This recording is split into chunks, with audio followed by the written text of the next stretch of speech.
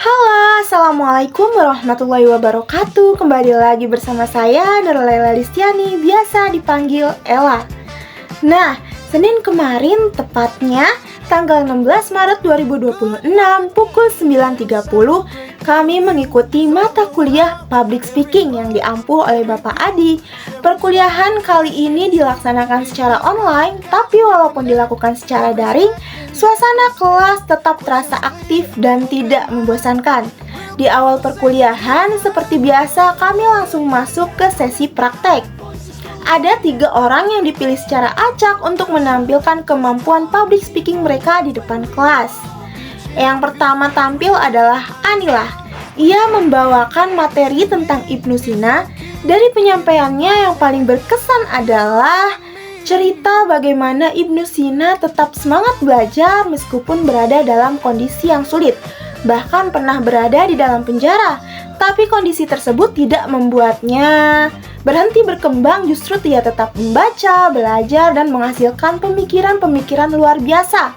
Dari situ kita bisa mengambil pelajaran bahwa semangat belajar tidak harus menunggu keadaan yang sempurna. Bahkan dalam kondisi yang tidak mendukung sekalipun, seseorang bisa tetap berkembang jika memiliki kemauan dan niat yang kuat. Selanjutnya yang kedua adalah Rosi yang membahas tentang people pleaser.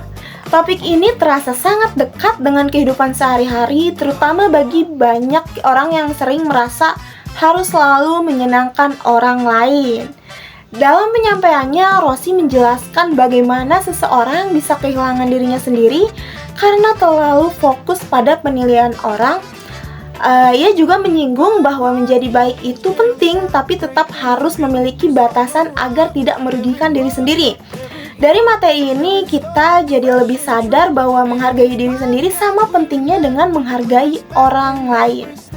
Yang ketiga adalah Nia, dan ini menjadi salah satu penampilan yang paling menarik. Nia tampil sebagai MC formal dalam acara pernikahan. Cara penyampaiannya sangat terstruktur, mulai dari pembukaan, penggunaan bahasa yang formal, sampai bagaimana ia membawakan suasana acara. Bahkan sebagai audiens kami benar-benar merasa seperti sedang menghadiri acara pernikahan secara langsung. Walaupun hanya melalui layar, suasana terasa hidup, rapi, dan profesional. Ini menunjukkan kemampuan bahwa public speaking yang baik bisa membuat audiens ikut merasakan suasana yang dibangun oleh pembicara.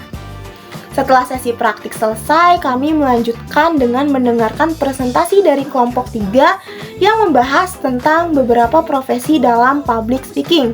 Sesuai dengan materi yang disampaikan, profesi pertama adalah Master of Ceremony atau MC.